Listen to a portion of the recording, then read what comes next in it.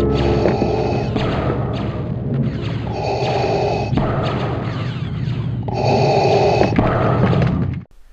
to Brandex Reviews. Last week we released a 6-part review retrospective on the Star Wars films. In particular, looked at the Blu-rays. I say we, that was myself, Joseph, and of course the guest reviewer, The Core.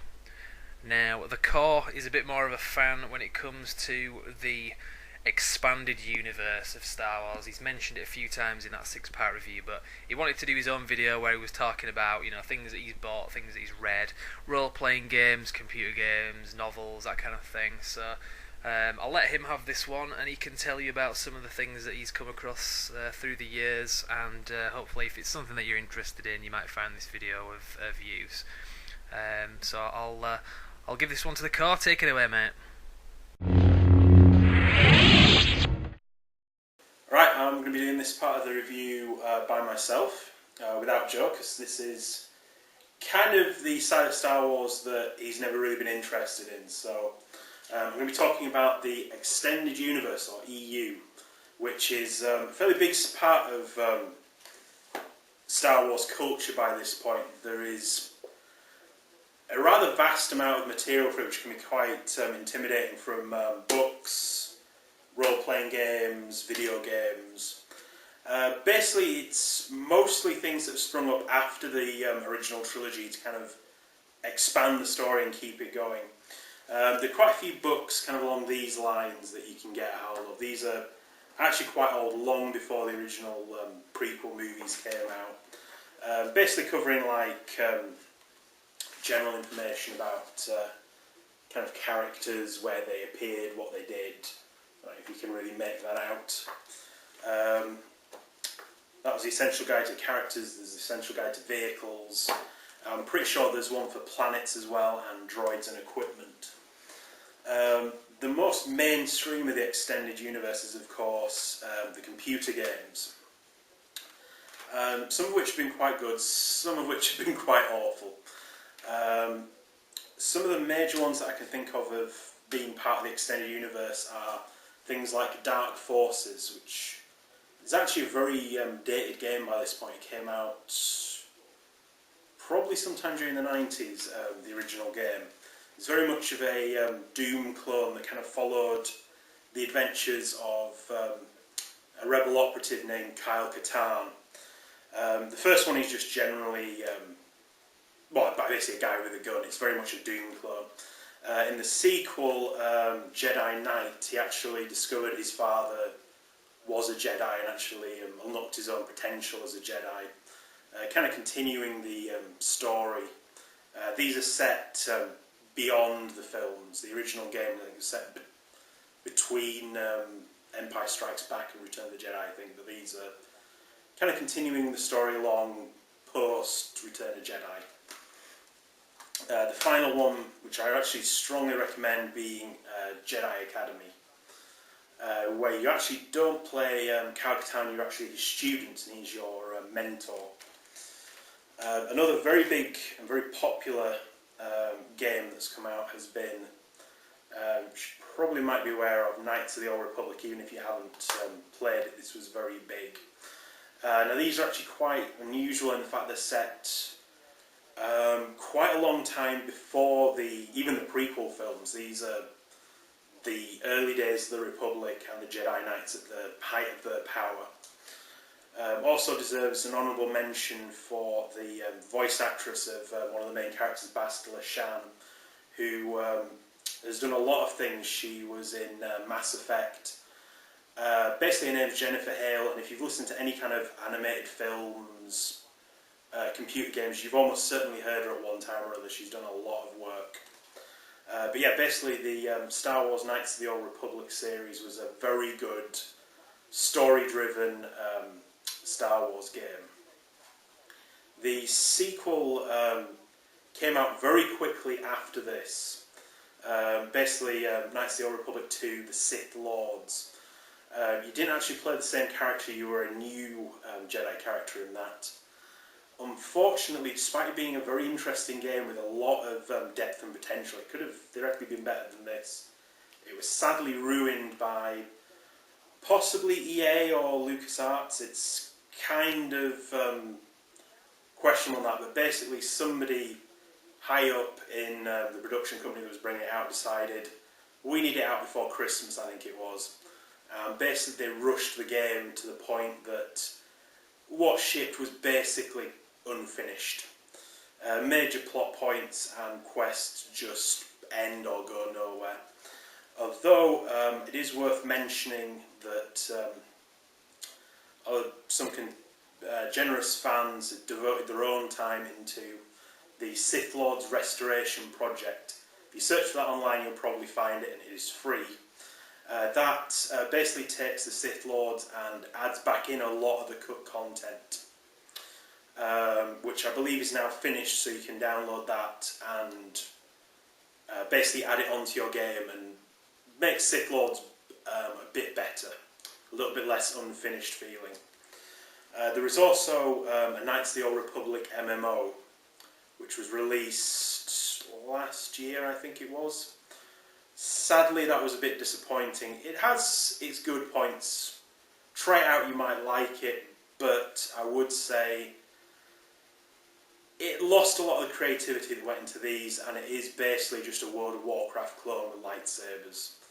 There's very little in it that you would look at and go, well, that's quite original or interesting, which is a shame. The next huge part of the extended universe is the novels, which I've got some of them here. They're a very large stable of books and can be quite intimidating, but what I would strongly suggest for anybody is this trilogy. Heir to the Empire, The Dark Force Rises, and The Last Command. These came out, this one in 1991. They're pretty much, to my mind, episodes 7, 8 and 9. They directly continue on from the end of Return of the Jedi, picking up the action 5 years after the death of the Emperor, and following on the stories of Luke Skywalker, Han Solo, Princess Leia. They kind of evolved naturally as if they had 5 years that you just haven't seen. Han and Leia, for example, married, they're having twins of their own. Luke's grown into the Jedi role a little bit more. It also picks up a lot of secondary characters like Admiral Akbar, famous for It's a Trap in Return of the Jedi. Also Wedge Antilles, who's actually in all 3 of the original films, he just doesn't play a huge part. Mon Mothma, who's kind of the leader of the rebellion in Return of the Jedi, she plans the attack on the Death Star.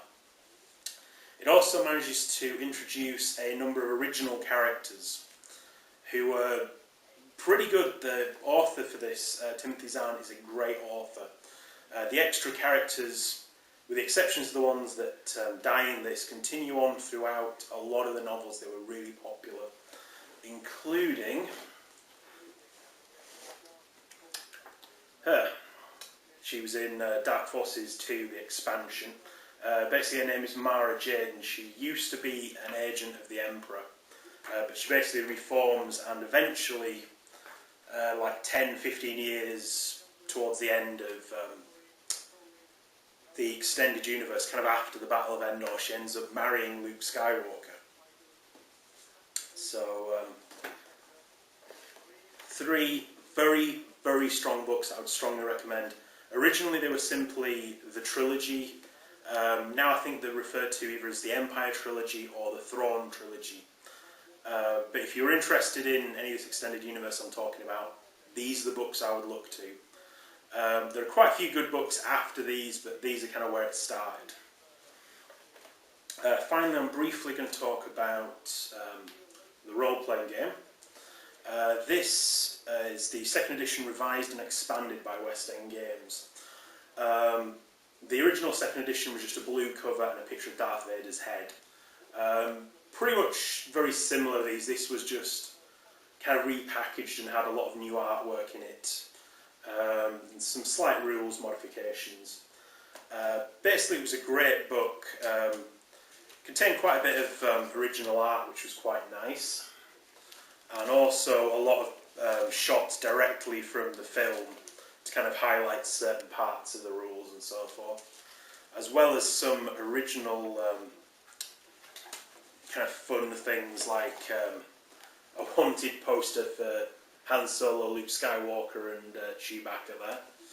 Or later on it had a New Republic recruitment poster, Never Forget Alderaan, Defences Before the Empire.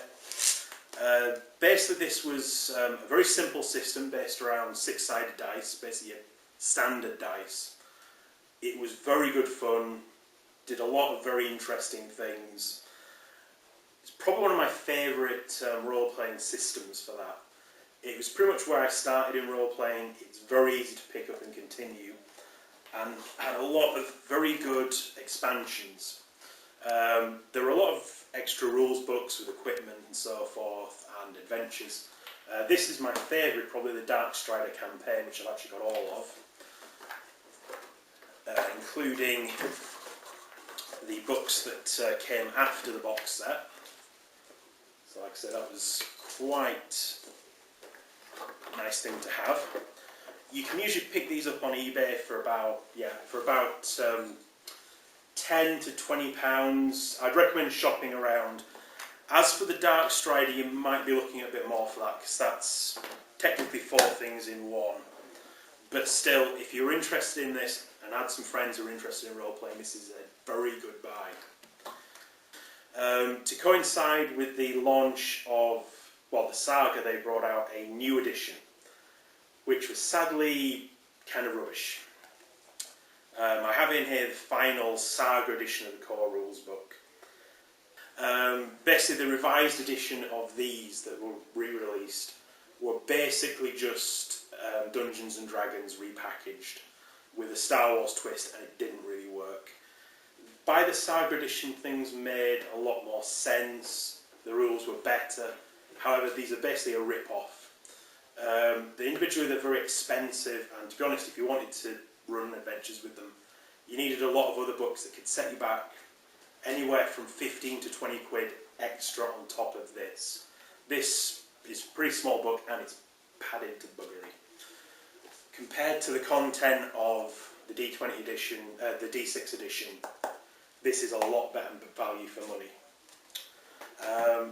But anyway, yes, that's all I wanted to say, so I'll call it a draw there.